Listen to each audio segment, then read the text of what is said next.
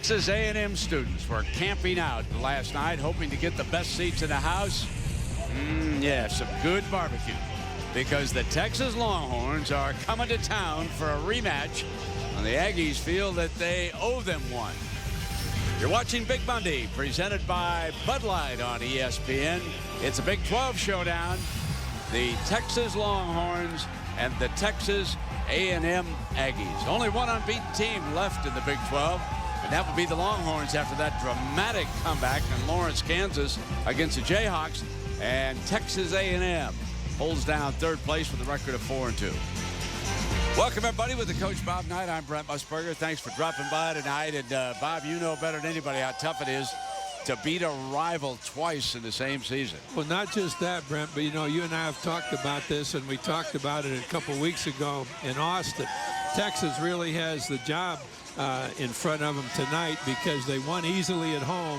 Now they're playing away, and when you win easily at home against a team that, as a coach, you know is a good team, the toughest thing of all is to get your team ready to play them at their place. Yeah, and Bob, you know, historically, the Longhorns have really dominated this rivalry. It goes back to the early 1900s. However, note that last line. The home team has won the last 14 meetings, and Holly Rowe has more on this crowd here in College Station. Well, here in College Station, you've heard of the 12th man for Texas A&M football. Well, these are also the 12th man for basketball, and they have provided a formidable home court advantage here in Reed Arena for basketball. Think about this. The Aggies have won 30 of their last 31 games here in this building. And to put that in perspective, the last time Texas won in this building, their starting center, Tristan Thompson, was just 12 years old. The 12th man getting it done here in College Station. Be careful over there, Holly. Starting lineups tonight for the Longhorns in Texas. They start the two freshmen, Tristan Thompson and Corey Joseph. But it was Jordan Hamilton who lit the Aggies up in game one. He scored 27 points in that one. For Texas A&M, Chris Middleton was the leading scorer in Austin. He knocked down 16. He's going to need some help. No one else was in double figures. LeBeau, Walkup, Holmes, and Harris round up. Well, there are a few Longhorn fans here in attendance. Be careful over there, young man. Don't get hurt now.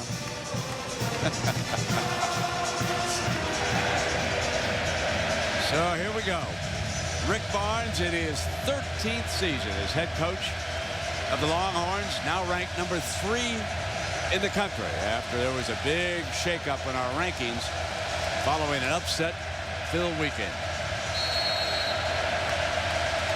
Doug Shaw's, Paul Jansen, Doug Sermons are official. Underway, and the ball will go out of bounds.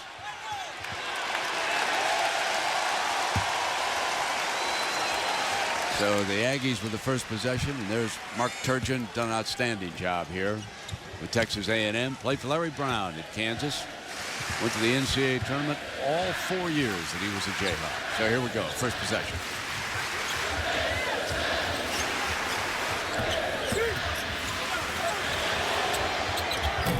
Three misses. I'm not sure you'd want to take a 3 on the first possession, Brent, but they had good patience. That's a good thing for A&M to start out with that kind of offensive patience.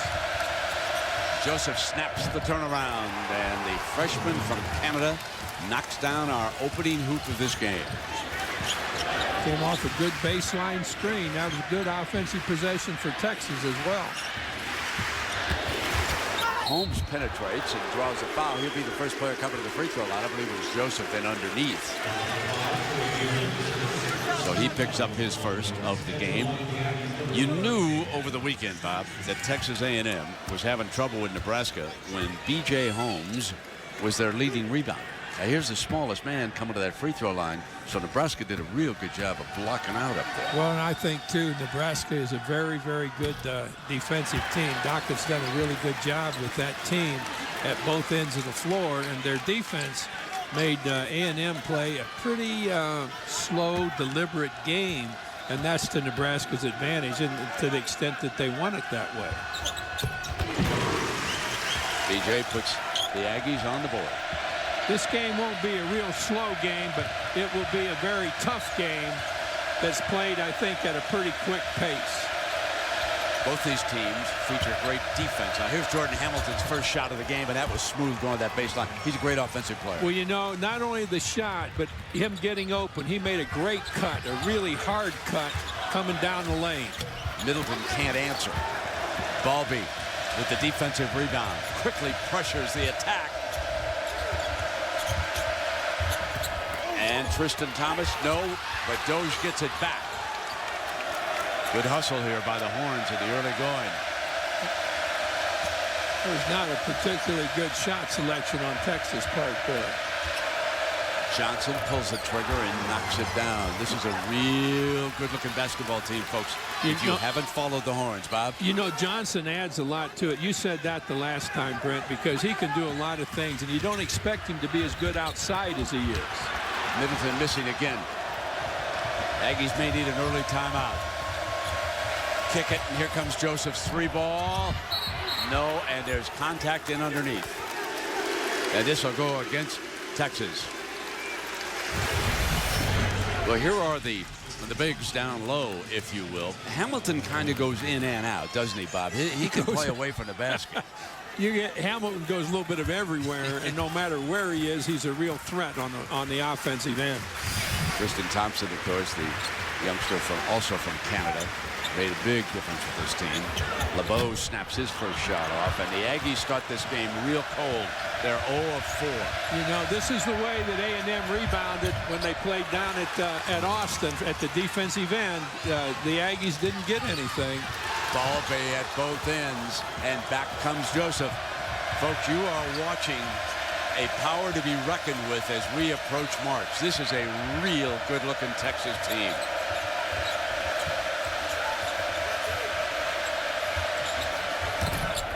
In and out. There are no bad shots in his arsenal. Sometimes he doesn't show as much patience as Coach would like. But he got great range. Holmes dives through, and one. Big play by the young man, B.J. Holmes. Boy, that was a very, very important bucket, I think, for A&M. Really was strong. Holmes is very strong. Gets banged hard. Keeps his hand on the ball, got the shot off, made it. That's a very, very good play by the youngster. And Bob, we've got one foul on Balbe, Joseph, and Thompson right now. So B.J. Holmes with all three of the Aggie points. Coming back to that free throw line.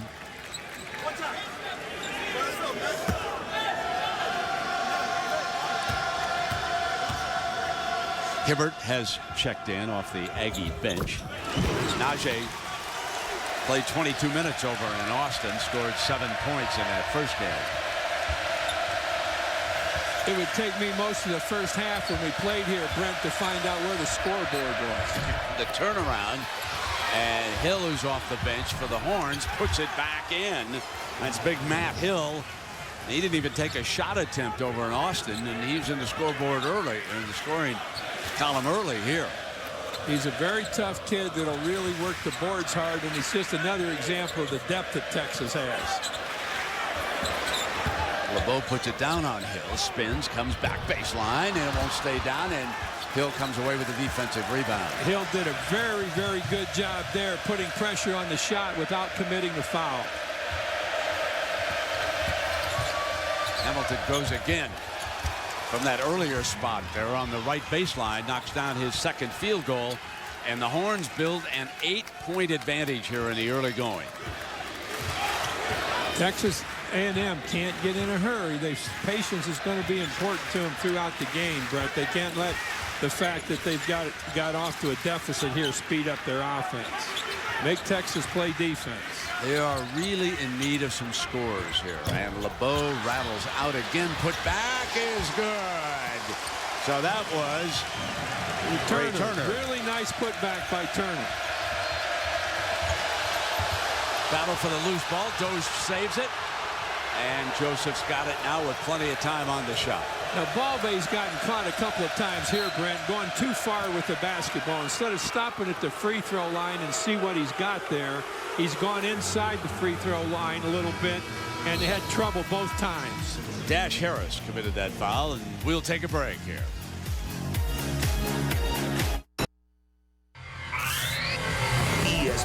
Tonight's exclusive presentation of college basketball is presented by Bud Light. It's the sure sign of a good time. Here we go.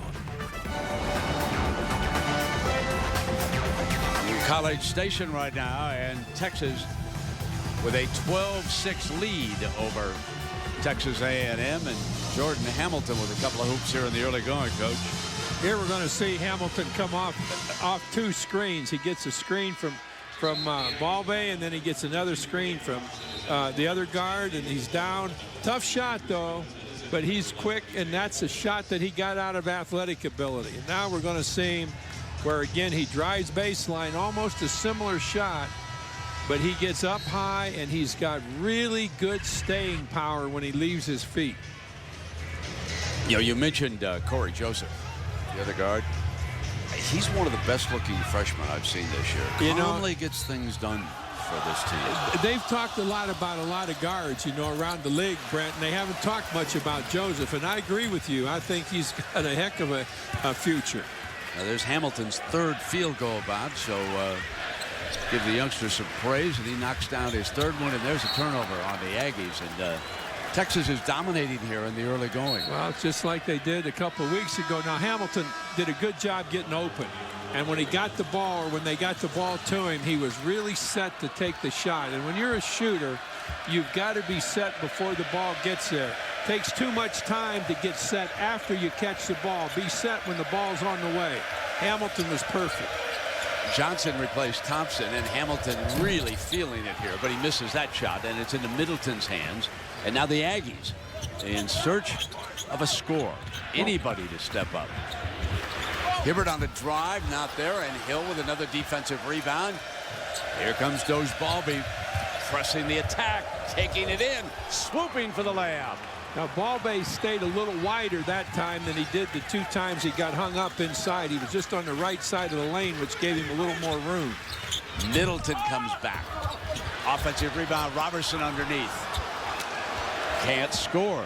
It's a 10-point lead here, and the Aggies start cold just as they did in Austin in game 1. Johnson up with the jumper. That's his normal spot into Robertson's hand.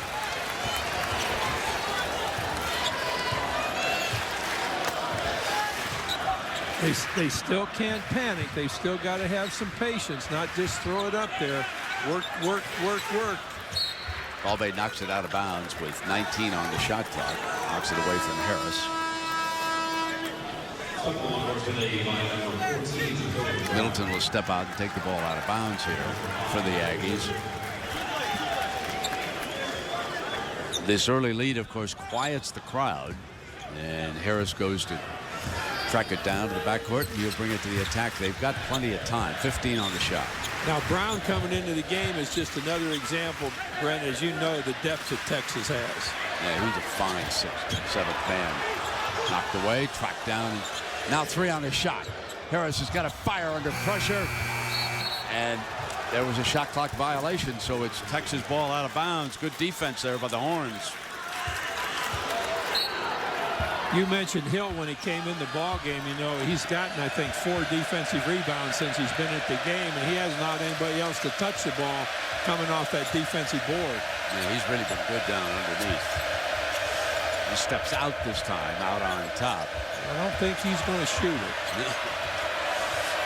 The Hamilton will, and so Middleton was aware there. Now the Horns bring it down inside 15.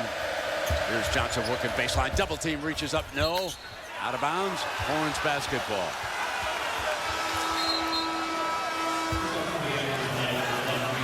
Andrew Darko will come in, and B.J. Holmes will return as the Aggies are just searching for any kind of an offensive spark that they can find for Coach Turgeon. They've had the ball on the dribble a lot. That's the one thing that I would say that they've got to get away from. Get some more passing and cutting going, and get off the dribble a little bit. Brown steps out. Hill with a high screen on a pick and roll. Jacobin keeps it. Waits now for Hamilton on the weave. Back to Hill. Open man outside. Free throw line. Knocks it down. Good ball movement there, Bob. Very good. Now Hamilton spotted Hill open on the line. I think Hamilton was looking to get that baseline jumper, but he made a pass that came backward to Hill, and a good spot, good open look by Hamilton. How good is that Longhorn defense, Bob? The Aggies 2 of 12 here at home. 2 of 12 right now in the early going on their home floor. And now they're 2 of 13. And they're all out of bounds. And we've got a foul called, pushing foul over there on the baseline. Let's take a look at the Texas defense stats here. Just in Big 12 play. Remember now they're 6-0. That's the points. Look at the field goal percentage, Bob, that they've allowed in the conference. And a rebounding margin +8. I mean, those are stats that impress coaches. Well, you know, when you're playing in a major conference like this one and you're giving up 54 points a game, that is a heck of a stat to have. Traveling, Darko took an extra step before he put it down. They turn it over again. 18-6, the number 3 team in the country. And remember, the team just ahead of them, Kansas, Texas beat them up in Lawrence in an outstanding second-half comeback. Well, there's a foul that you just don't need. Hamilton was coming out to get the ball, and he was fouled from behind, and you know, kind of a nonsensical thing. It just added one more to the foul total. Now Hamilton and Brown will work hard on the baselines. They'll work to get open. Johnson's a good feeder from on top. We saw Hill hit the jumper from the foul line. Hill moved it over to Hamilton. Everybody's touched the ball. That's offense. Johnson used that shoulder to knock the defensive player down. Walkup had very good position on defense. Really good position in drawing that foul. So we've got a timeout here at College Station. So the Texas Longhorns lead the Aggies 18-6 here early. This is a big week as far as football is concerned because Wednesday is National Signing Day, and the fellows at ESPNU have got you covered, folks. Starting at 9 a.m. They have all the news and analysis. 7 of the nation's top players will make their selections live on the show. Holly Rowe is with Coach Mike Sherman. Let's go to Holly. Well, Coach Sherman, you guys had some of the great momentum to end the season. You won 6 of your last 7 games. How has that momentum shown up in recruiting? Well, I think it really affects the class of 2012 coming in. We pretty much had our recruiting sights set on the 11 class. We're really excited about them. But it probably would have more of an effect on guys that are going to be seniors in high school. And hopefully we'll be able to continue to get a hold of some of these top players in the state of Texas. We're so well coached by the Texas high school football coaches. So signing day is Wednesday. Do kids still fax it in these days? Yeah, they still fax it in. The coaches can't be there. We'll should get all our letters of intent in by 8 o'clock in the morning, and we'll be able to talk about them after that. So you said you can't be there, or do you stand right over the fax machine and wait and see if everybody who said they're coming really comes? Well, the assistant coaches stand over that fax machine, making sure their guys are sending their information in. And if they're not, then I go to the assistant coach to take care of it. But we do wait for all those to come in. It's a great day because it's the day you start building your program for the future. You built a program for the future. Green Bay going to the Super Bowl. What are your thoughts about them showing up at the Super Bowl this year? Well, I think they have a great football team. The way they managed to handle their injuries this year, they've had a ton of them. I think Aaron Rodgers has really come into his own. The offensive line's developed. Their run game is really stepped up, and Don Capers is a defense coordinator. I don't know if there's a better one out there right now. Thank you, Coach. Appreciate your time. All righty, thank you. Hope the fax lines work well. Hey, Holly, thanks a lot. Mike Sherman, very, very nice man. Did an outstanding job here with the Aggies football team. Meanwhile, while he was talking, B.J. Holmes scored again. He's the only starter to score for the Aggies. He has 6 points. LeBeau and Middleton have been shut out here, Bob, and they're just desperate for some firepower here. Well, they haven't taken particularly good shots. LeBeau's working for one right here. Got it blocked. There's Hill again. Boy, Hill is having a good game, isn't he? Now, that was a shot that Lucas never should have taken in the last possession over here. You know, he's got to be understand that you got 4 guys out there that are more important offensively than he is in terms of trying to score. So let's move the ball around. Lucas' job is to get the ball to those people in position where they can do damage with it. He doesn't need to score a point. You know, sometimes guards come in and they think that they need to score. Well, the best thing guards need to do is get the ball to other people. And that's exactly what Coach Barnes was telling him over there. Meanwhile, Hamilton was scraped in the face and moves to the free throw line. He's not a fellow you want to put on the free throw line. That's 7 points for Jordan Hamilton here tonight. Young man from California. Got Joseph back in for Brown now. They don't really lose a lot, Brent, when they switch people. I think the only major loss they have is Hamilton. They don't have anybody else as good offensively as Hamilton is, but the guards and the big guys, they can change without losing a beat. So we got a 2 of 14 team with the ball right now. BJ has carried the offense. Walkup has been shut down. Rick Barnes, of course, through the years has been a defensive specialist. Now LeBeau puts it, goes to the left hand, and that's a good hoop. Really good move by LeBeau, but it was helped by the fact that Texas did not move to help out. He put the ball on the floor, and nobody moved to help. Hamilton has really felt it here in the early going, and he traveled. Let's take a look at this basket you talked about by LeBeau. All right, he's going to face up really well, makes a good move, and there's a really good chance there for Thompson to come in and help out, and he just stood and watched. If he moved, LeBeau would not have gotten the shot. That recognizing the need to help, the opportunity to help, is so important in good defense. LeBeau's going to go again if he can. There's the help that you didn't have. Really, Jacobin Brown did a good job. Exactly. You recognize this stuff better than I do. I've been sitting with you long enough. I should learn something, Coach. Oh, you learned. Now there, they had to come over quicker. Did he touch it? Apparently not. Field goal for Holmes again. Now we've had 2 big buckets here for A&M. These 2 buckets have just kept them in the game. And Tristan Thompson in the scoring column. But now, see, that's what Lucas has to do. He found the guy, saw him open, he made a great pass, a pass away from the defense, but then he turns right around and he commits a foul 75 feet from the bucket. And you've just got to be smarter out there than that. Don't let them get any closer to the 1-and-1 because you've made a foul that's just so incidental to the game. Bob, we've got B.J. Holmes with 8 of the Aggies' 12 points here, and Hamilton with 8 of the Texas 22 points. Hamilton just got a little bit more help than Holmes has, but you're right. Holmes is, if it wasn't for Holmes, this game would not be too far from being over right now, Brent. He turned it over that time, traveled. So here comes Lucas.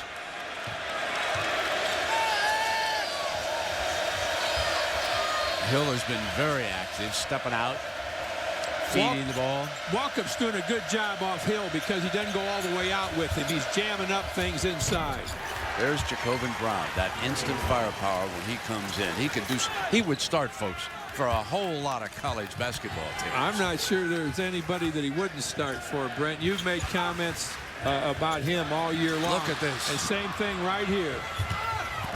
Bob, I have become really impressed with this Texas team, folks. I don't want to overhype them, but I'm talking Final Four for this ball club. Well, these guys can do everything. What they did here was follow up a really good offensive play by a great defensive play, and that doesn't happen often. Well, we're back here in College Station. A reminder now, Wednesday, Syracuse and Connecticut. Man, Hughes was up there ranked 3. They've been in a free fall. How about Duke? How about St. John's? My friend Steve Lavin said he wasn't going to give Mike Krzyzewski an easy win in his pursuit of you, Coach. Well, I'll be happy when Mike gets there, which isn't going to take you very long. Yeah, you taught him well, my friend. So we're back in the break zone here for a full break now at the 7:57 mark. The Texas Longhorns dominating the Aggies 26-12. I'm Reese Davis, Sports Center right now. Troy Polamalu wins the AP 2010 Defensive Player of the Year award. He edges past Clay Matthews of the Packers by a couple of votes. They can settle that difference on the field coming up in Super Bowl 45. And earlier tonight on Big Monday, Georgetown beat Louisville 62-59. Peyton Siva heaving a 3 at the buzzer that would have tied it. Chris Wright leading the way for the Hoyas. Sports Center is on ESPN News right now. All right, Reese, and here the Texas Longhorns have jumped all over Texas A&M, and Holly, what was going on at Coach Turgeon's huddle during that timeout? Guys, he was so fired up, using hand gestures, really demonstrative with his club. They had a tough loss on the road against Nebraska this last weekend, and he really questioned the toughness of his team. Coming into this game, he thought that would be the key, and in that last huddle, he just said to them, guys, I can't believe we're caving in like this. This is unbelievable. Toughness has been something he's trying to build with this team, and he needs it to show up right now. Goaltending. So score it. And the Nebraska numbers are ugly from the second half. And here tonight, they're shooting only 29.4%. They're 5 of 17 as they come down the floor. And really, B.J. Holmes has been their offense. He's 3 of 3 and knocked down a couple of free throws. 8 of their points. Middleton can't get in the scoring column. And here come the Horns. They're doing an awful lot off the dribble. A&M is, Brent, without doing a lot of passing and a lot of movement. They're doing kind of a lot of spin dribble. The guy with the ball is trying to create a shot for himself. They've got to get a little bit better spread and a little bit more ball movement. Lucas turning the corner and a blocking foul on Jay here at this end. Coach, let me ask you this from a coaching standpoint. I want you to take Rick Barnes' point of view here. You've got a big lead here in the early going, 30-12. How do you keep your players focused so they kind of don't drift mentally and allow the other team to snap back on you? You know, I don't think the answer to that, Brent, is right here at this time. I think the answer is the first day of practice.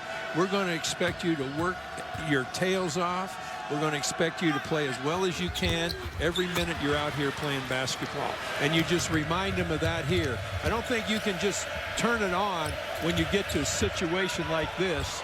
And I think you just have to say, hey, we've worked and worked. We're not going to slide. We're not going to slide. You teach it from day one till tonight. And this one, it comes in handy tonight. Let's go back to a sequence that you were really impressed by. Jacobin Brown. Back-to-back. Talk about him mentally here. Well, you know how much I like the shot fake. Bang. Great shot fake. Gets set, hits the shot. Now, instead of patting himself on the back, he comes out of nowhere to make a steal, and in 5 seconds, he's up the lead by 4 points individually. Yeah, this is a very impressive performance here tonight. And Alexei Wanmini just scoring on the inside pass, and it is 32-12. I mean, they got him on the throat right now. Well, you know, we saw Hill come in and play very well. Now, the last time we saw A&M play down in Austin, Wanmini played well in the games. And again, they do a very good job of utilizing people. Like Lucas has been in here for quite a while in place of Ball Bay, and after he took that bad shot, he's been a real contributor to the Texas offense, doing what he does best. Middleton is blocked, tries to stay with it. Now the 3-ball, no. Long rebound, Middleton again. They desperately need him to get going, and he travels. This is a tough defense orchestrated by the Horns. They're doing a really good job helping. You know, we made the one comment that I think it was Thompson didn't get back in to help quick enough, but basically they've helped well on all the drives that A&M has attempted. Joseph handles the ball on top. Nice patience while they look for things. Inside, Tristan with a good spin move, short on that jump hook. Now Harris, who is scoreless here tonight, passes it off to LeBeau, and it is blocked by Wanmini. Good defensive play. Brown at the other end, driving through, and that's a held ball. The possession arrow favors the Horns. All right, Wanmini comes over to help, and then he recovers in time to block the shot. That's as good a defensive play as you can ask for a big kid inside. But he got it because he was alert to what was going on. He was observant. Key word in defensive play is observant. Young man from Cameroon. His father was a basketball player over in that African country. Walk up, coming through, loses control. Tracked down Wanmini again. And here comes Jacobin Brown on the dribble. And Jacobin's going to take it to the rim. And he'll be on the free throw line. He spotted daylight, Bob, and went for it. Well, he had the opportunity to drive there because there's a pretty good chance he's going to draw the foul. But really, the whole thing was set up, Brent, by Wanmini going after that loose ball going out of. He could have just let it go out of bounds, and I think it would have gone to A&M. But he did a real hustle job in creating it an opportunity. If he makes these 2 free throws, they ought to give one of them to Wanmini. Well, you know, Wanmini, his legal guardians here are R.C. and Beth Buford. Now, R.C. is the general manager of the San Antonio Spurs. He discovered the young man during an NBA basketball tour into Africa. And Holly, I know you were talking to Coach Barnes today about the great depth on this Texas team that Bob Knight has talked about. Well, you know, with this lofty ranking of 3 today, a lot of people are looking forward to March, and are they a deep March Madness team? When I asked Coach Barnes about his depth, did he have any concerns about it? Because only 6 guys play more than 13 minutes a game. He said, you know, I have 0 worries about my depth. We have quality depth. I have guys that I trust that can roll in there at any time. We've seen it tonight play a key factor in this first half. Jacoben Brown's been big off the bench. Matt Hill came in with some big minutes, and now you see Alexi Wanmini in there. Guys, the depth for Texas, they feel, is good enough to make a deep run in the tournament. No question. And Harris now stepping on the free throw line. Chance to get in the scoring column. Harris really bailed LeBeau out of getting trapped on the baseline. That was not a good pass made into LeBeau, and they doubled up on him. Harris reacted extremely well by going down the lane and was the recipient of the pass. There's his first point of the night. That's A&M's first point in a long time, it seems like. They're 3 of 6, Bob, from the free throw line.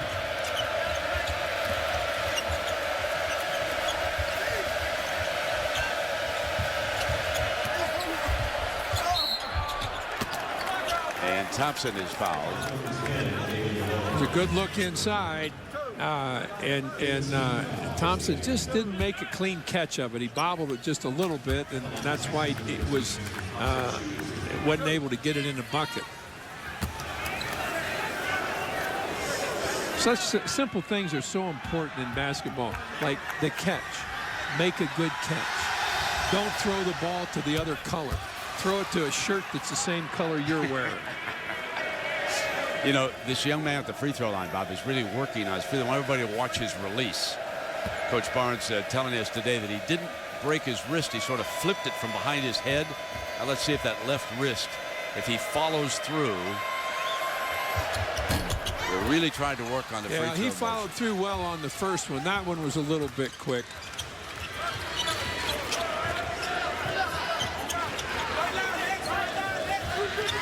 Joseph does a good job out on top, keeping pressure on the guards. Brown does. And there really isn't something you can say about these guys that's a weakness. Holmes with a nice floater that stays down. That's 10 points for Holmes in this game. Thompson, tough down low. Look at him run back on the floor defensively. You just took it right out of my mouth. The kid makes a bucket and just sprints down to the other end. See if they get some help. No, he didn't want to take a chance putting it on the floor. LeBeau backing down, gonna turn, and Thompson with a great rejection. Look at him run the floor at the other end.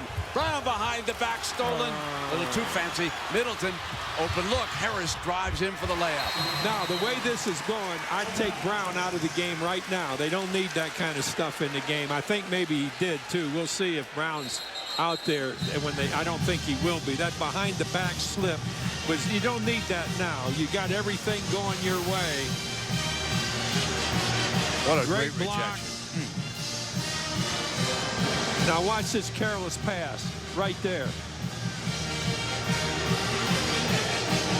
And that led to this easy layup, and a reminder to catch a doubleheader on Tuesday night on ESPN. Good one in the Big Ten will tip off at 7 Eastern up in Madison. Purdue and the Badgers. Badgers are always tough in that arena. Then at 9 Eastern, go down to the SEC. Vanderbilt and Florida. The Gators hanging on, ranked number 23. Super Tuesday presented by KFC on ESPN Tuesday. And in that Big Ten matchup, 2 pretty good players. Of course, John Lure, another one of those inside-outside players. Juwan Johnson, he is in a battle for Player of the Year in the Big Ten. You would think that Sullinger on the undefeated Buckeyes. Has a little bit of a lead, but we shall see how that unfolds. Here it is, all horns, up 20 with 4:10 to go in the first half in College Station. And we got ball bay in for Brown, just as I thought. And Hamilton short, and there is Joseph tracking down an offensive rebound. Observant, alert, saw it, went after it. One of the things we've noted here tonight, Bob, about the big men of Texas, they can step out and pass, just like your big men used to do. And Juan Manny's coming to the free throw line. You used to put a man at that free throw line, and the cutters would cut off of him, and he'd throw the ball. We had some really good players play on that high post, and that's so important if you're trying to use some patience with what you're doing.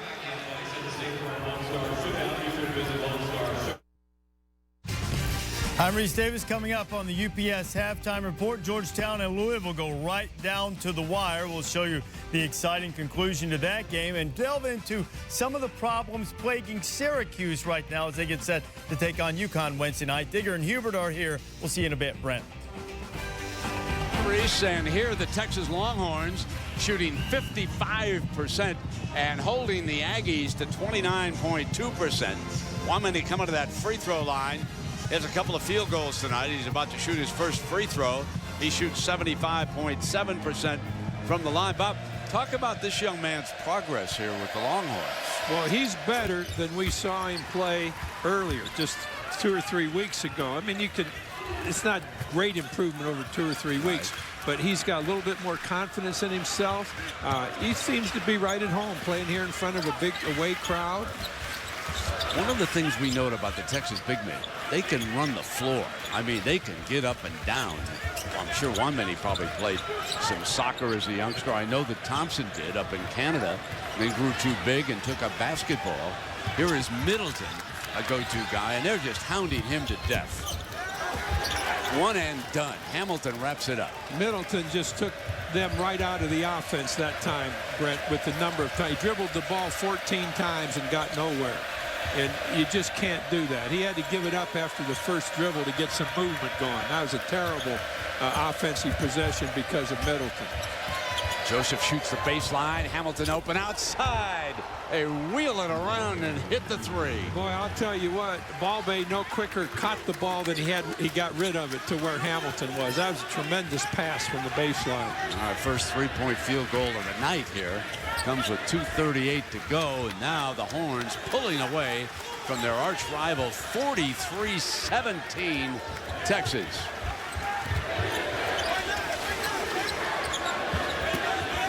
All right, now we'll have some one-on-one here with Robertson, but they do a good job of helping. They did there. Walk-up goes in, and the foul is going to go against Texas in underneath. Man, this is great defense here, Coach. Balvay chased it down. There we showed Brown doing that once before. Really good effort on the block. All around the offensive effort of Texas A&M, there's Texas defense helping out. Juan Manny helped out. Balvay was there. Joseph came in and helped out. And then they've totally dominated the A&M backboard. So Walkup shoots the free throw and battle around and out and missed it. Ball out of bounds. And now, Holly Rowe, there was a great chemistry moment for Texas that you observed over there during the last time out with Jacobin Brown on the bench. Tell us about that. Well, you know, the players have admitted last year they had poor chemistry. So look at this incident here. Jacobin Brown gets pulled out of the game, and he doesn't understand why. He's frustrated. And as he kind of starts to maybe pout just a little bit, it's the players that go over and reassure him. He tries to pull out of the huddle right there in frustration, but Gary Johnson keeps his arm right around him and says, no, we're in this together, guys. That is something that wouldn't have happened last year. That is a huge growth moment for Texas. You know how important that is from a coaching standpoint, Bob. The key to that, though, Brett, was immediately Rick Barnes took Brown out of the ball game. He made that play, that unnecessary pass, and he took him right out of the game. So it wasn't anything that took some time. He wanted Brown to know immediately that that's not the way we want to play. Ball behind the drive, kick back. Joseph's open, look, three, no. Ball Bay battling again, and here comes B.J. Holmes, and he's fouled by Joseph, who went to cut him off. and he incurs the personal foul, and that's his second personal. Now, see, Brown will be coming into the ball game for Joseph because Rick doesn't care for the shot that was taken down here, and he doesn't care for what Joseph did on the defensive end. And I think that's great. When you're in a game like this, you can't put up with mistakes because they're going to come back to haunt you in another game. And he's made two great moves here, in my mind, taking kids out that got away from the scheme of things. So, can we call it a transient doghouse? Is that applicable here with? I just say that, son, that bench is waiting for your butt over there. And you're going to get off of it, but you think about why you're there. So here we go. Jacobin Brown back on the floor now. Balbay and Hill. Wanmini stays out there. So is Hamilton. Balbay, one of the great ball handlers, not necessarily a great shooter, but they've got shooters on this team. And here's Hill who steps out. All right, now this allows A&M to slide back off and jam up a little bit when Hill comes out. But Texas has got the kind of quickness that they can let that happen and still attack from both sides. Hamilton, daylight man. He doesn't need much, folks. He flashes off a screen like that, and I'm going to tell you, he can just knock it down from anywhere. You know, the thing about him that's so good is that he knows that he's got the shot. So he doesn't put the ball on the floor. He catches it, steps, and shoots. He's about as good as there is at doing that coming off the screen. He is a real scorer. Great defensive help by Hill. Look at that triple team. LeBeau finally gets it over to Darko on the other side. They missed the three, and Robertson goes in and collides for the rebound with Balbay. I think Balbay caught him on the, yeah, he called it on 4. Balbay caught him on the arm when he was coming down. You know, Balbay's kind of a special kid, I think, Brett. He's got the ball in his hands a lot, a high percentage of time out there, but he doesn't make mistakes with it. And he'll occasionally take a drive, but basically he has the ball in his hands to find somebody else that's open. I mean, he does a heck of a job for having the ball. The percentage of time he has it and what he accomplishes with it is probably the best of any guard in the country. A freshman, Keith Davis, checks in for the first time for Texas A&M. 6'9", 220, out of DeSoto, Texas. Coach Sherman and the Aggies football staff, they've got some good football players out of DeSoto. I know that. We'll see what the basketball player does here as Ray Turner, sophomore from Houston, knocks that free throw down. That's 4 points for him. Lucas has taken over for Balbay, and with the exception of that one shot, he's done awfully well. Matt Hill's jammed up underneath. Aggies come away with it. Here's BJ running the floor now. Lead pass, and Davis can't finish. Now the horns come right back. Jacobin slows it down, sets the table. Holmes was there defensively. Really good recognition on your part, Brent. I'm proud of you. Slows it down. He has to do that. Set up the offense. You're good.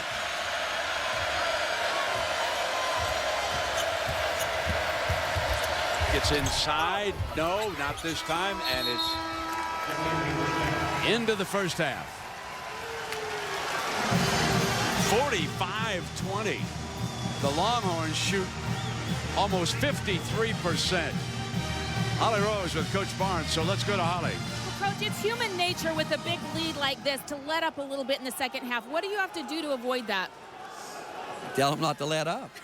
I mean, we got to execute. We got to stay with it. I thought we got a little sloppy where we weren't executing and got away from what we're doing, and we made a couple really silly fouls.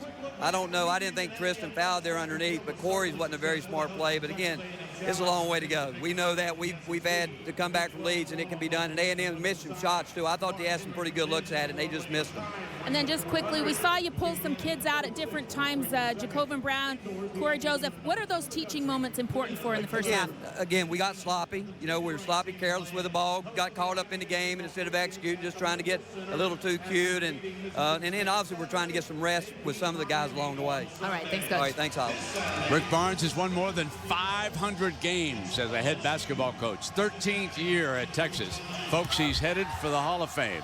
Right now, let's go to Reese Davis, Hubert Davis, and Digger Phelps with the UPS halftime report.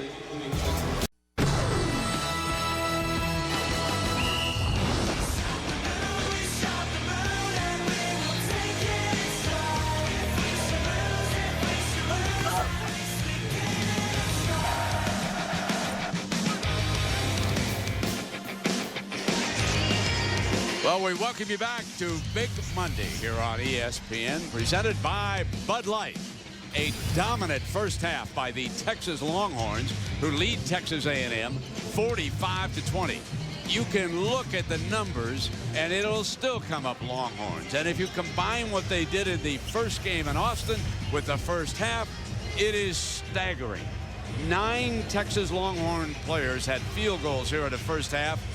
4 for the Aggies, 11 assists, 3 turnovers Texas, 1 assist, 8 turnovers for the Aggies.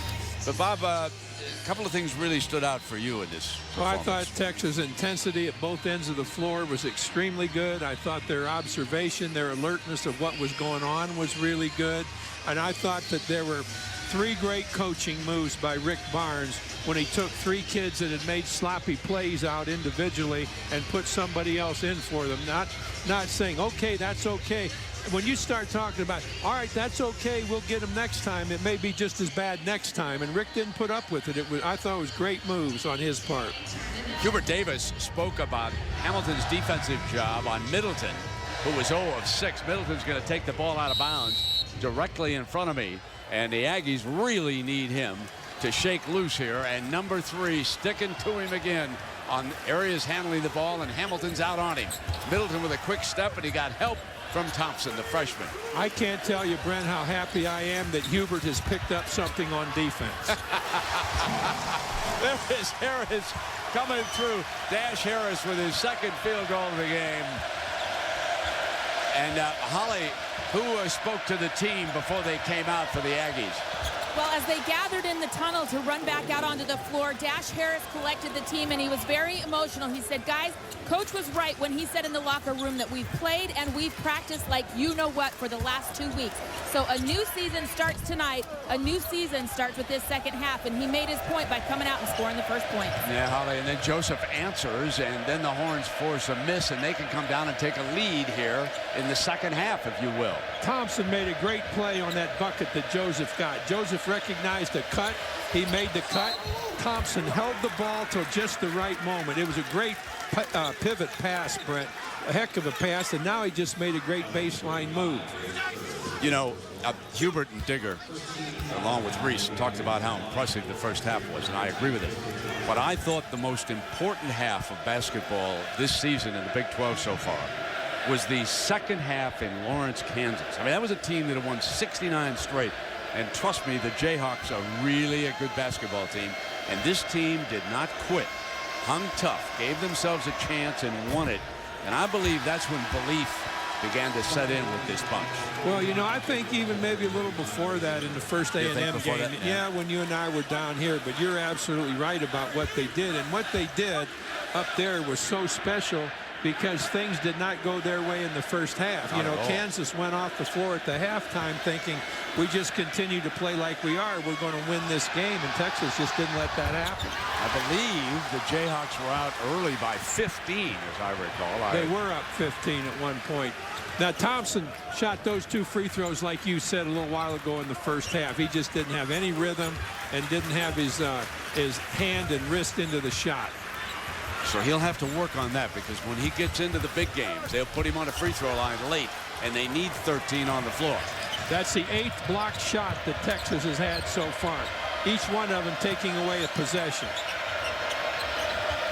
They share the basketball, and they're going to put him back on the free throw line. Let's see what he does this time. But talk us through the shooting motion here of Thompson so the fans can understand exactly what you're talking about. All right, what we want to see from Thompson here is flex knees, get his knees down, get relaxed up there, bounce the ball a couple of times, bring it up with a little pause. Now get your eye on the bucket and don't look down at the ball. Keep your eye on the bucket.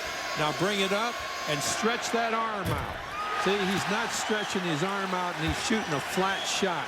He's got to think over and down, not to the bucket, but over the front rim and down. You're going to see it here.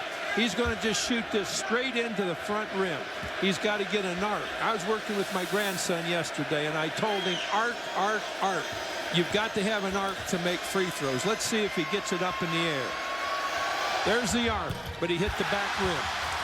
1 of 6 for Tristan Thompson. So Holmes brings it back for the Aggies. That thing with Thompson with the free throw is something that he's just got to spend a lot of time working on, because he does not have a good follow-through or a good arc. Holmes wanted a foul on that made field goal, barking a little bit as he comes back down the floor, carrying the offense. 13 points tonight for the little fella. And as he comes through, there's a holding call on him. Holmes now picks up a whistle on Joseph, and they back him away so he doesn't pick up a tee. Feisty little guy. We're going to have a good screen here, bringing Johnson. Look for the shot, didn't take it. They do a good job of not doing things, Texas. They don't do things that they can't do. They do a pretty good job of looking for something. They don't have it, so they look for something else. And jumping out and fouling Thompson that time was Davis. That's his second personal. You look at some of the stats that Texas has accumulated in 6 previous Big 12 games. Tough conference, right? They're winning games by a margin of 18.5 points. That's at home and on the road. That's all 6 in the Big 12 now. And right here they lead 47-24. They do a really good job of down screening people in the post, and that guy coming in to shoot, and the screener then posting. And that is what Thompson can do. No problem with that shot. No, he's really quick with it, and he feels much better. You can just tell by how confident he is when he goes up for that shot that he feels a lot better shooting from the floor than he does from the foul line. Looks like we got a foul on Johnson here. Now that's the word. Well, he got him before apparently, or after. He knocked him off. It had to be afterward because he's taken it. Johnson, okay, we're going to go to Thompson. Good feed away from the defensive man, just like we talked about. Then a really good move. And now he got the arc. He always gets the arc on that little jump shot. He's got to get that on the free throw. Here's Holmes, gets a walk-up screen. Good help by your boy Hill. Yeah, he's been all over the floor helping on defense. Harris misfiring, walk up with an offensive rebound. That was a good snatch by walk-up because Texas was going to get a breakaway there. And there is another block shot by Thompson. And Balbay drives the floor to the rim. Well, you know, he's had a lot of practice over the years at Texas, but he's gotten very, very good at knowing when to penetrate the foul line on conversion and when to pull back with it. He saw the route and went all the way with it. Middleton still struggling against Hamilton's tough D. Picked off that time by Davis. And look at Thompson's switch on it. Very alert defensive play by Thompson. Up high, pass saved. Balbay working. Harris drives in, and the foul is going to be called. A pushing foul in underneath. It's on Balbay. That's number 3, I believe, on Balbay. Yes, it is. So he'll come out. Jacobin Brown. What a luxury to have someone like Jacobin Brown over there on the bench. Well, you know, I'll tell you what. If they split Texas into a practice scrimmage, it'd be a pretty good game. The way they'd split their team up, and that doesn't do anything but make gameplay that much better for a team. They've got great practice situations with their depth. Well, you know, Bob, I know you like defensive field goal as a good measurement of defense. Texas allowing only 36.4% this year. That's 4th in the country. That gives them a chance in every game. Well, they don't overplay it either, Brent. You notice when they've helped or they recover to a shooter, they get stopped just like that. Although he hit that one, Thompson did not go into him and commit the foul on Boudreaux. He got his hand up. Boudreaux hit a good shot over top of him, but they recovered very, very well. And LeBeau did knock down the J. You can see the shooting percentages. LeBeau was only 4 points. Thompson with that jump shot, a little flat on that one. Knocked back, go to Joseph. Now Hamilton off the front of the iron. And look at Hill. Another offensive rebound. The third chance on this trip. Wow. Well, plus they're running off a minute in possession, too. I mean, we've only got 16 minutes left. They've taken care of a minute in this possession. They're not in a hurry to take a shot. Turn baseline, and there's their score. What he does, Hamilton, what he does, very good at recognizing whether he should turn to his right shoulder or his left shoulder when he's got a turnaround jump shot. He knows where the defense is. He feels that very, very well. That time he made a really good turn to his right shoulder. And there's contact over there with Hamilton on Hibbert this time. Here we're going to get a look at Hamilton with that turnaround that he makes on the baseline. He's very good with the ball. He's going to get it. He'll start to his left shoulder and come back to that right shoulder. Very, very alert to where the defense is.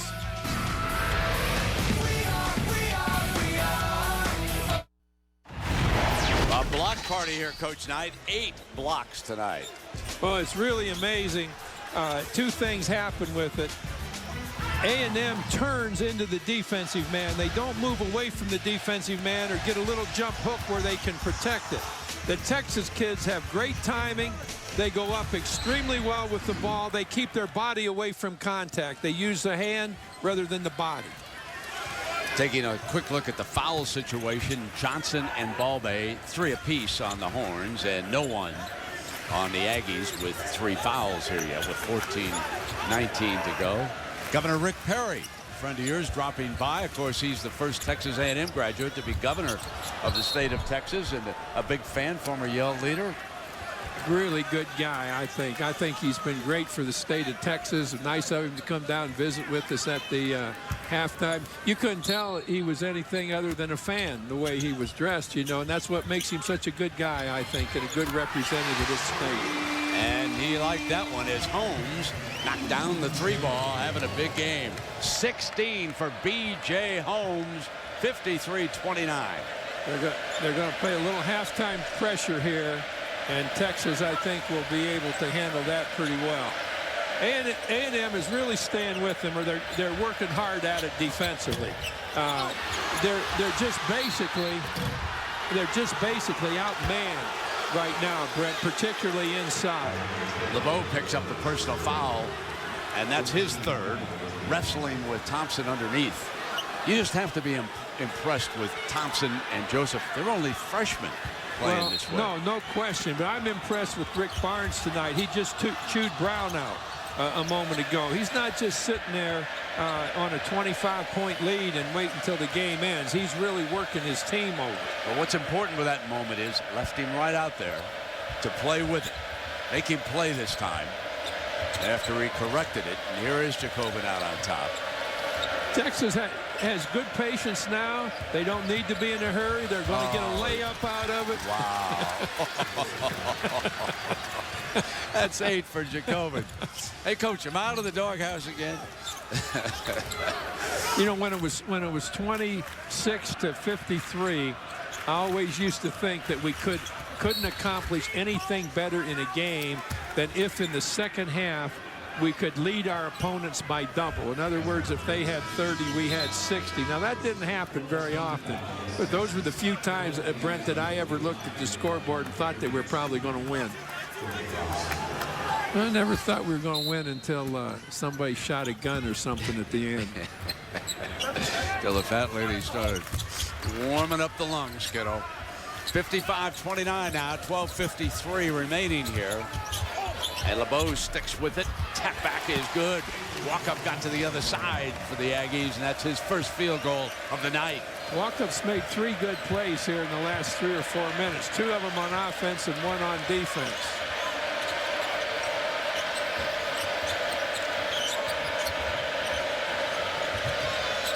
Here's Hamilton. Hill just moves the ball around the horn, steps out on top. See, they're making great use of the clock. Now they're going to get. So he got to get out of there. Hamilton didn't get out of there with the ball. He had to get rid of it before then. BJ thought shot all the way down the floor. One and done. Close game, you wouldn't want that kind of a shot taken, but now they've got to look to see if they can score. They're going to have to take a few more chances probably with the three or with quick shooting than they have normally would. Yeah, they're running more time off, doing a great job, just like you pointed out, Coach. Thompson will put it on the floor. Traveling. But he had nowhere to go. So we'll take a break. 55-31. All Horns, the new number 3. I'm Reese Davis, Sports Center right now. Troy Polamalu is the 2010 Defensive Player of the Year, won by a couple of votes over the Packers' Clay Matthews. Both of them will try to make plays in the Super Bowl coming up on Sunday. And Georgetown took care of Louisville by 3. Peyton Siva had a heave to try it right at the end, 62-59 behind Chris Wright's 24 points. Sports Center's on ESPN News right now. Hi, Reese, and now it is time here at College Station for the Big Picture, brought to you by Sony. Steve Lavin with a huge win with St. John's. First win versus a top 5 team since 2000. Again, that happened to be Duke. Arizona coming along. And how about Duquesne being atop the Atlantic 10? I think the last time I was told that they were in a position like this, Norm Nixon was in that backcourt for Duquesne. There's Thompson over the top on that. You know, I remember Duquesne with Duty Moore as the coach and Cy Hugo Green and the Ricketts and Fletcher Johnson. And I was a kid in high school watching them play. I saw them play LaSalle in the NIT final, 1956, and Tom Gola. You're good, my boy. I'm telling you, you're good. One of my favorites. Gola was my favorite player growing up. I loved Gola, Bob. I just thought he was a great, great player. Middleton, who is still, I believe, off the floor right now, 0 for 7 as Hibbert hits this free throw. Middleton played 16 minutes in the first half, Bob, and Coach hasn't used him much here in the second half. Well, he put the ball on the floor a lot and really waited till he got the ball and then tried to do something. They didn't do much without the basketball. Now we'll see how Texas guards react to this press. They held the ball just a little bit too long right there. And Hill made a great move to come up and get him out of it. So now they got a little better spread. Now Darko did a very good job defensively, both in the press and in the half-court defense. That's a little better defense than A&M's been playing. Well, they're still playing with some intensity, the Aggies are. And offensive foul as he got over there. Well, what happened there, why that foul was created, was because the ball was dribbled into the corner. There isn't anything you can do with the ball in the corner. Get it out of the corner. Under no circumstances do you put the ball in the corner unless a guy's open to shoot, because there's nothing to do with it. As Abe Lemon said, give him the corner shot. 10:54. Abe Lemon, one of the great characters in college basketball history. And a very, very smart man. Yes, he was. Hill made great defensive move there. So, used the baseline. Joseph did a good job pushing the ball to the baseline, and he needed help. If he didn't get the help, there was going to be a bucket scored, but he recognized it inside. Hill did, took away the baseline drive. Walk up on the pull-up. Into Hamilton's hands. I believe that was a punt that didn't get to the cup. Good description of that. Well, this ball bay really looks. Hamilton's going to get a turnaround, and draw the foul right there.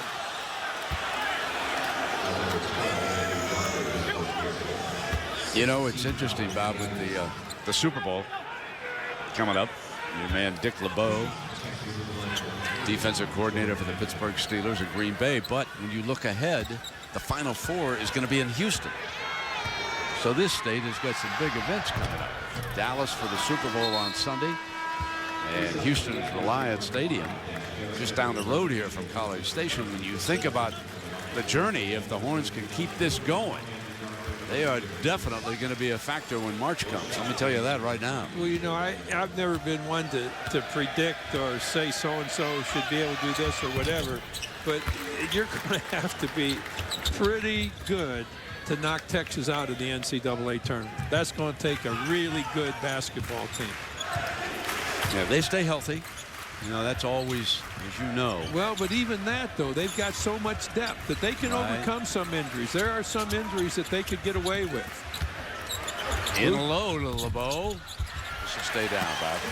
Yeah, now LeBeau made a good move right there in going to his right shoulder, coming back to his left shoulder. That's one of the few times, though, that Texas didn't get help inside. And you know that the Jayhawks, who do not go to Austin this year because they're in the north, next year they'll play each other twice, of course, when the conference shrinks to 10. Hamilton up, but you know that Kansas is sitting up there saying, I can't wait to play Texas for the Big 12 championship, perhaps, if we can stay 1 or 2 in Kansas City in mid-March. That'll be an interesting tournament. Now, when you look around the Big 12, these two, Kansas and Texas, have started to pull away. Remember, 4 teams are going to get byes.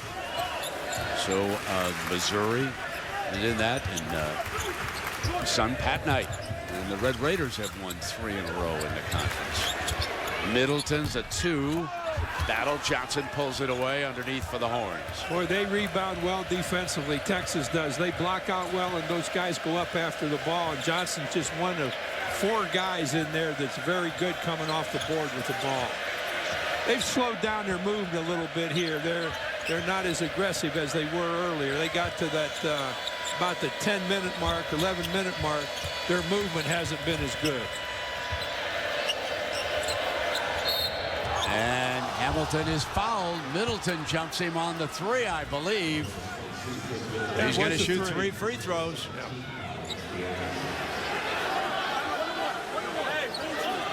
So it has been a struggle here tonight for Middleton at both ends. He's 0 of 8 from the floor against Hamilton. And here, no question about it, got up on the arm. And at the free throw line, Hamilton's hit all 4 of his free throws. 17 points. Now, he's the guy that you think is going to make all 3 of them. Now, he's not every time going to make all 3, but when he's up there, his touch is such. And let's compare him a little bit to Thompson, Brent. Now, watch how Hamilton's release is higher, and he gets that arc. His shot is going to come down into the basket right there. Not quite got it there, but that would have come down into the bucket rather than hit the bucket head on. He's hit 20 of 24 in 6 Big 12 games now. Hamilton, just to back up your point. And LeBeau battling inside. Look at that. All burnt orange underneath. 3 Horns pulling it away. Johnson and Hill had to fight each other for the rebound. Bad pass. Hamilton turns it over. Middleton running the floor. Lob. And ball bay. It'll be a 2-pointer here coming up. That's where I like the bounce pass into the post man. If you put the ball in high to the post man, Brent, the defensive man, if he's quick, has a chance to move his feet a little bit and flip the ball away over the offensive man's shoulder. You're going to see that right here. He's going to flick the ball away here. Oh, we're going to get this one. Okay. We had a foul in the act of shooting. Yep. All right, right here. He's going to high pass. It's tough for him to handle. Get that bounce pass because he's going to be down low when he catches it, and he's ready to explode to the bucket. Flex the knees, get the butt down, low feed to the knees, and go score.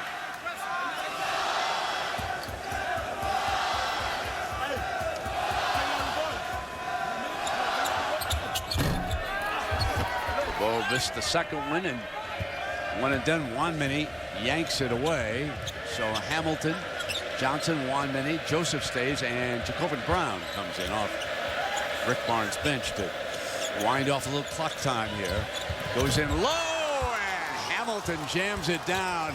brilliant pass and an athletic move by Jordan Hamilton. You picked the right word. That wasn't a great basketball play. That was a tremendous athletic play. That took a real athlete to make that play. You know, there's 14 scouts here tonight, and they're getting an eyeful of Jordan Hamilton. Well, there were 35 scouts at that Baylor game we did, and I don't think any of them saw what they thought they were going to see. I would agree with that. And Holmes is fouled. Take a look at this, Bob. Talk to everybody why this is such an athletic play here. All right, watch him. He's down low. He's ready to go up. And to control that pass with one hand is just exceptional. I think that you're not looking at just a really good athlete, but you're looking at an excellent basketball player in Hamilton.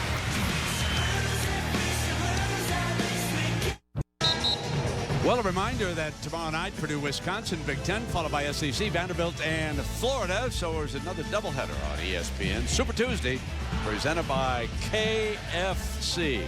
Getting to be that time of year. The grind is on. We wind down conference play, head for the conference tournaments. There's our Yell leader here. That's what Governor Perry was when he was a student at Texas A&M.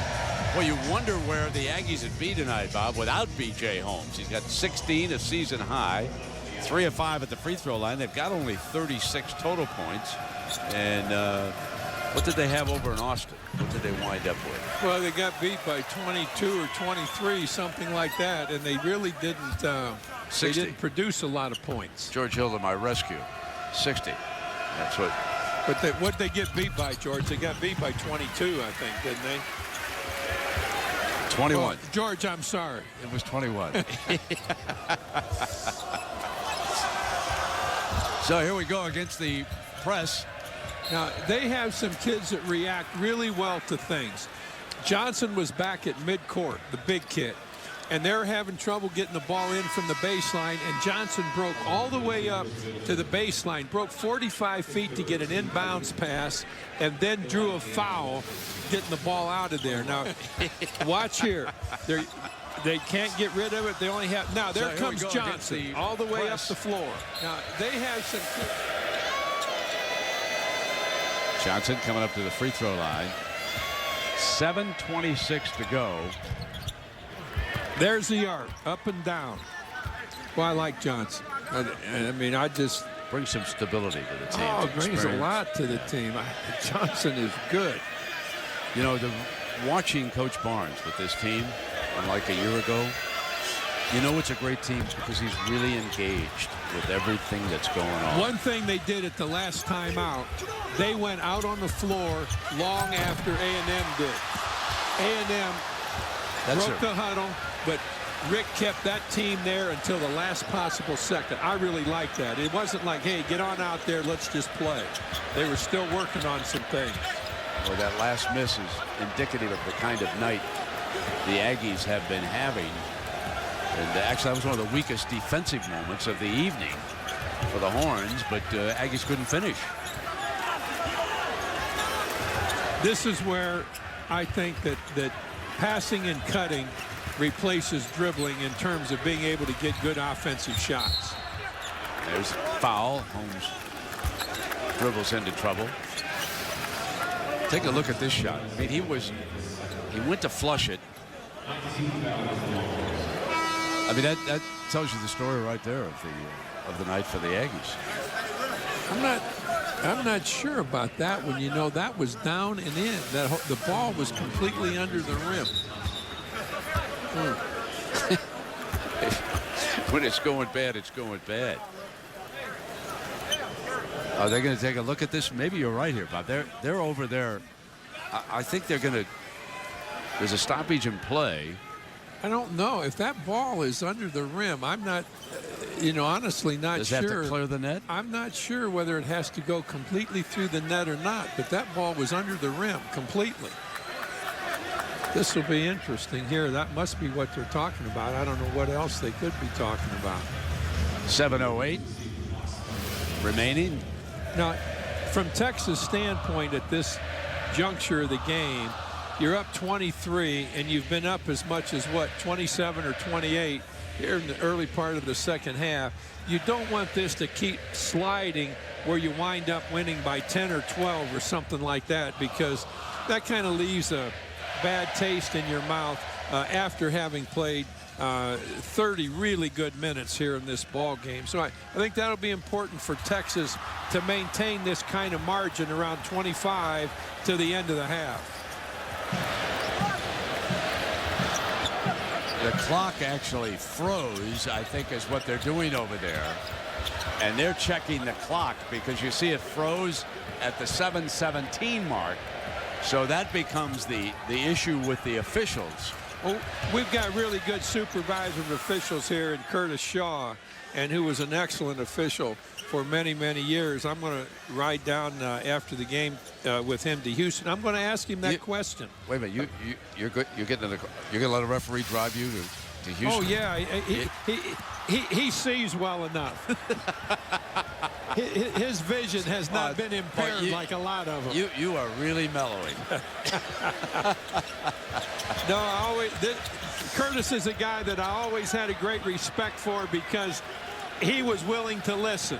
And if he didn't agree with you, you know, he did it in a way that, Coach, that's the way I saw it. You know, you can't argue about that. And guys like that are, I think, the absolute heart of officiating. Guys that know how difficult the game is for the coaches, and that they listen. And if the guy gets out of hand, that's one thing, but not to listen to the guy or to argue with the guy, because there's no referee in the game that ever sees more than coaches see. That just doesn't happen. Good point. You know, the Big 12, we mentioned the conference and the number of great stories that we have. Let's take a look at some of it, Bob. And I just can't say enough about Thomas Robinson, his lost grandfather, grandmother, and then a 37-year-old mother, and came back. I know the whole team went to the memorial service. You just can't say enough about that young man for the Jayhawks. And then today, if you didn't hear the story, Wally Judge has left. Kansas State has quit the team. Of course, he was a McDonald's All-American. I'm sure he played in that game. He might have been hurt, but he was a very highly recruited youngster, so he's gone. And then, of course, your son over with the Red Raiders have now won 3 in a row, and that's a nice run by Texas Tech. I unloaded the gun. You know, your comments on Robinson are great, because you have recognized that from the beginning, what he has meant to that team. I mean, he comes in and he gets a rebound, he steals the ball, he gets a bucket. It's guys like that make good teams great teams, because they can be relied on to do something when they come in the game. They can give somebody a rest. Somebody gets in foul trouble. You just need people like that. You know what's interesting here is that B.J. Holmes is cramping, being helped off to the sideline, so he cannot take the second shot. So when they went over right there, does Rick Barnes get to choose who shoots this?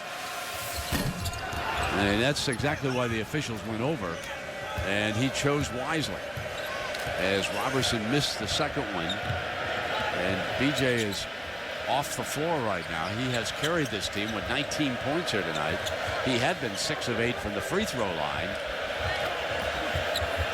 So 6:27, now down to 25, with the Longhorns headed for an impressive win and a sweep over the Aggies. Now down to 5 on the shot. Jacobin trying to get the corner. Drew the foul. They don't have as good a movement here in the second half, but boy, that is tough. You know, if we were ahead by a good margin, and you know, I might have to take time out and say, what are we doing out here? You know, we're not playing like we were.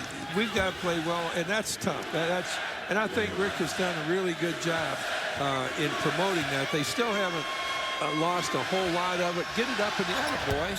Get it up in the air. You got to get over the front rim to make a free throw. That makes him 2 of 7 at the line. Well, we're just starting here with my coaching. We're just starting here. We're 1 for 1 with my coaching. That's it. All right, now up and over the front of the rim. Drop down in the bucket. I quit. That's the best one. I quit. Good That's job enough. by you. That's enough. Huh? I'm telling you. Huh? Wilt Chamberlain should have hired you. Holly, what's the latest on Holmes over there?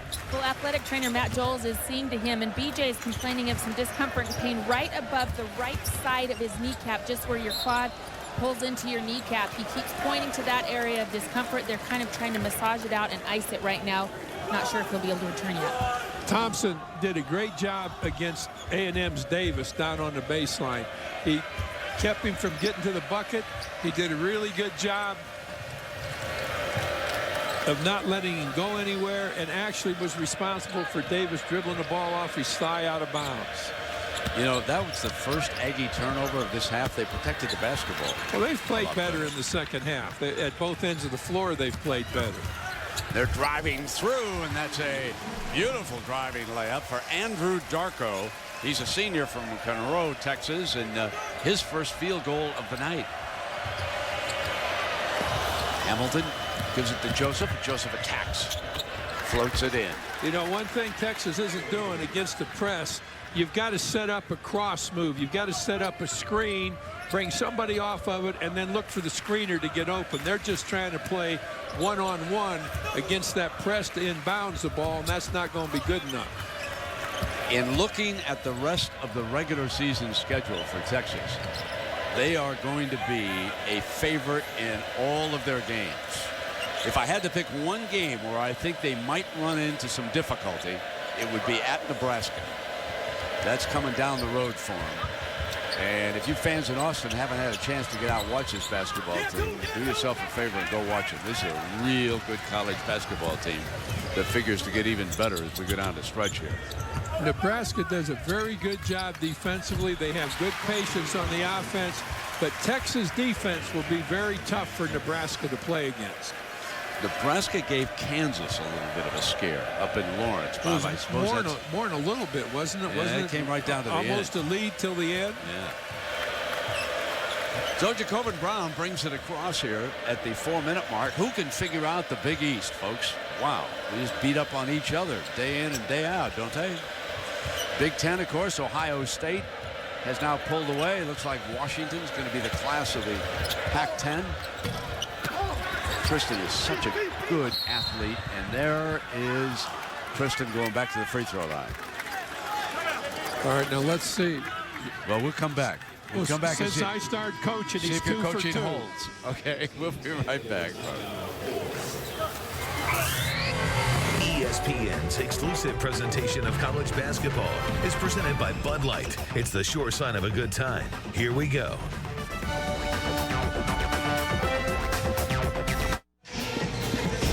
Well, a whole lot of college basketball coming your way on ESPN. Tomorrow night, Purdue, Wisconsin, Big Ten, Vanderbilt, Florida in the SEC. Then on Wednesday, Big East ACC doubleheader. Syracuse at 7 Eastern takes on Connecticut. And at 9 Eastern, Duke will take on Maryland. The first time the Blue Devils will take the floor after losing to St. John's. Wednesday night hoops presented by Reese's Peanut Butter Cups on ESPN. Well, we're going to see how young Thompson does after he's received a new free throw shooting coach. He's made his last 2 here. Let's see if he follows through here. 3 of 8 from the line, 9 for the night for the talented freshman. Don't shoot it at the basket. Shoot it over the basket. Down and in. Arc. See, he hit the front rim again. He doesn't have enough arc on it. He's got to get that arc over the front rim. You rarely make a free throw when you hit the front rim, any part of the front rim. You got to bypass the front rim. That was a good-looking shot there, Coach. He was listening that time. 1 minute, checks back in here. Got 3:50 to go, and the Horns will head on back to Austin. Man, it sounds like much of the country is going to hit some nasty, nasty weather tomorrow. So, folks, be careful driving around, traveling up in the Midwest and in the East. I saw that weather forecast was a tough one, even down here in Texas, and Oklahoma is going to be rough tomorrow. Score it. Ooh. Did you agree with that? No, not at all. I don't think that had even left his hand. Walkup made a tough move, but I don't think that bucket was out of his hand. Lucas gets it up the floor into Johnson's hands.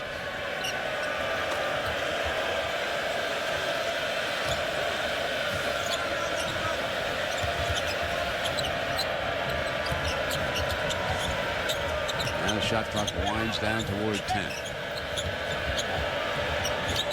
And Joseph nails a 3-ball.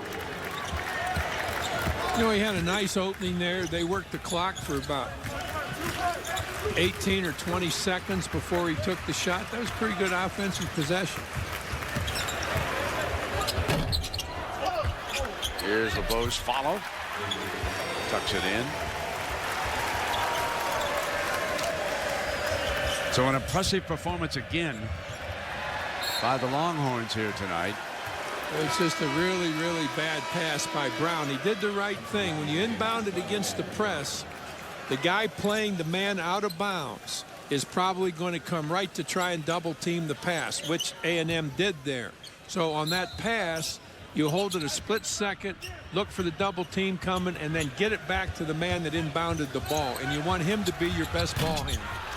Darko short on that shot, goes after the rebound and out of bounds. Longhorn basketball. This is an amazing note on Chris Middleton. Held scoreless tonight. Last time that happened was last January 27th, a year ago, against Oklahoma State. And Hamilton with a superb job on the Aggies' leading scorer. Middleton came in 6 previous conference games, averaging 16.5. And tonight he is scoreless, handling the basketball. He'd like to end that right here. He's going to attack, kick it off, and he's fouled. I think it was a charging call. Yeah, it was. Charging call made. Now, Lucas took that shot that time early in the clock, and if I were him, I'd be wanting to impress the coaches as much as I could with how I could get the ball to other people. I mean, I don't think they care a whole lot what kind of a shooter Lucas is, but they do care about him getting the ball to other people. Yeah, does a good job getting it back to the inbounds man, who was Joseph that time.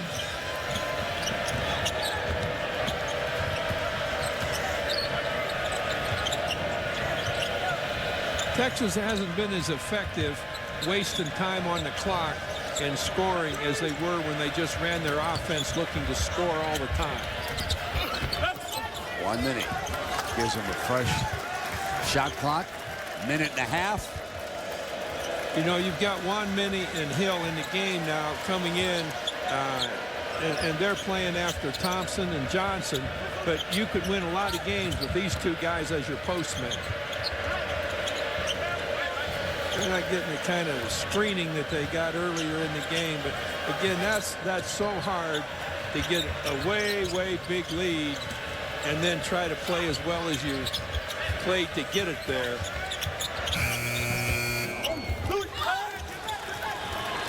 Last minute, and the Horns are moving to 7-0 in the Big 12. Now, this is the remaining schedule that I referred to. Red Raiders coming in on Saturday.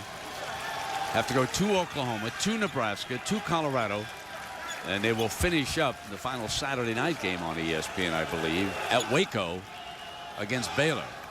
And that'll be the primetime game presented by DirecTV. Aggies will need to regroup. Remember, the top 4 teams still draw a first-round bye going to the Big 12 tournament in Kansas City in mid-March. Well, I'll tell you something, Brent. Next to playing for the league championship, playing for that first-round bye is the most important thing there is in the season. Not being forced to play that first game, and you're playing against a team that has played and you've got some rest. Well, I think that is huge in any conference tournament when you get past the first game without having to play. Yeah, exactly. Otherwise, to win it, if you play on Wednesday, you got to win 4 straight games. You don't get a day off. It would be interesting to go back and look over conference teams that would have to play 4 days while others play 3, and you're not going to find very many 4-day teams that have won it in any conference. A&M has worked hard with its defense in the second half. Texas isn't looking to score as much as they were when they got that big lead, but it's still credit to A&M and their coaches that they're still playing hard defensively. They're still trying to improve themselves a little bit. This is just Texas, just too much for them. Too much for almost anybody. Now, meanwhile, Texas A&M will try to regroup here against Baylor on Saturday. And they go to Colorado, Texas Tech. Iowa State, Oklahoma still coming in here. So they need to shake off the 2 games with the Longhorns and get back together. Find a way to score some points. That would be my observation. I think so, too. They're at 49 here tonight is what they've scored, and they just came off a game where they scored 48. And they're going to have to be a miracle worker on defense to be able to win games with that kind of point total. Well, the Horns have done it again, 69-49. And for Bob Knight, Holly Rowe, and our entire ESPN crew, I'm Brent Musburger. Sports Center now is coming up next. This has been an exclusive presentation of ESPN, the worldwide leader in sports. So long, everybody, from College Station. Drive safely tomorrow.